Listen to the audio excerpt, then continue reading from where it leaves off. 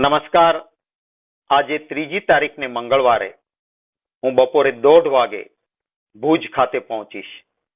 અતિશય વરસાદના કારણે આપણા કચ્છના અનેક વિસ્તારોમાં ખૂબ મોટા પાયે લોકોને નુકસાન થયું છે. ખેડૂતોનો પાક સંપૂર્ણ નિષ્ફળ ગયો હોય એવી પરિસ્થિતિ થઈ છે. શહેરોમાં, નગરોમાં અને ગામોમાં ઘરોમાં પાણી ઘૂસવાના કારણે લોકોને ખૂબ મોટી મુશ્કેલીઓ ઊભી થઈ છે. ત્યારે આ મુશ્કેલીમાં આવેલા કચ્છી માડુઓને રૂબરૂ મળીને તેમની પરિસ્થિતિથી વાકેફ થવા માટે અને એમની જે મુશ્કેલીઓ છે એમનો અવાજ સરકાર સુધી પહોંચાડી શકાય એટલા માટે રૂબરૂ મળવાનો કાર્યક્રમ રાખ્યો છે. બપોરે મંગળવાર 3જી તારીખ 1:30 વાગે ભુજ ખાતે પહોંચ્યા પછી ત્યાંથી માંડવી જવાનો છું. માંડવીમાં જે અસરગ્રસ્ત વિસ્તારો છે તેની શક્ય એટલા વિસ્તારોની મુલાકાત લઈશું. અસરગ્રસ્ત લોકોને મળીશું.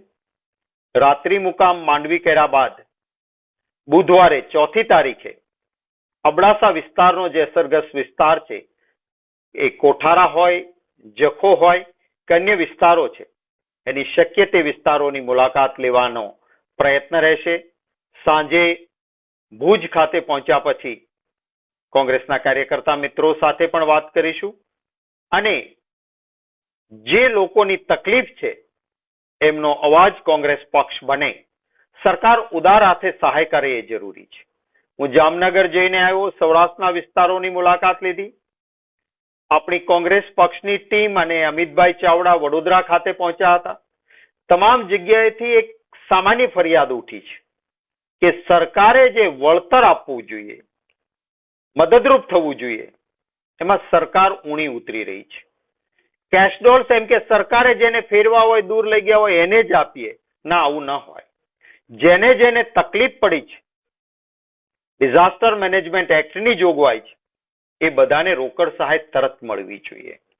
82માં વાવાઝોડું આવ્યું હતું, હું સાક્ષી છું.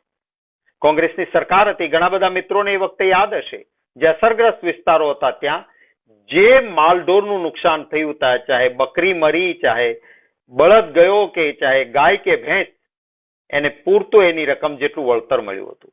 ખેડૂતોની જમીન નવસાધ્ય કરી આપવામાં આવી હતી. કાચું ઘર પડ્યું હતું તો ત્યાં પાકું ઘર બનાવી દેવામાં આવ્યું હતું.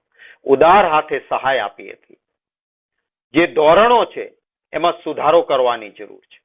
આજે આ સરકાર જે ફોર્મનું વિતરણ કરે છે એમાં જે ઘરવકરીને કપડા માટે 2500 રૂપિયા અને મકાનના નુકસાનના બીજા 2500, માત્ર 5000 રૂપિયા માટે ફોર્મ ભરાવે છે. એ પણ મહત્તમ 5000. 5000 રૂપિયામાં શું થાય? ત્યારે સરકારને પણ વિનંતી કરીશું, માંગ કરીશું, લોકોનો અવાજ બનીશું અને આ ધોરણોમાં સુધારો થવો જોઈએ. ઉદાર હાથે સહાય મળે એ માટે પ્રયત્ન કરીશું. કચ્છના મિત્રોને વિનંતી છે કે આપ જ્યાં ક્યાંય મારા સાથે જોડાઈ શકતા હો, ત્યાં પ્રવાસમાં આપને અનુકૂળતા હોય તો જરૂર જોડાજો અને લોકોને જે આપણે મદદરૂપ થઈ શકતા હોઈએ.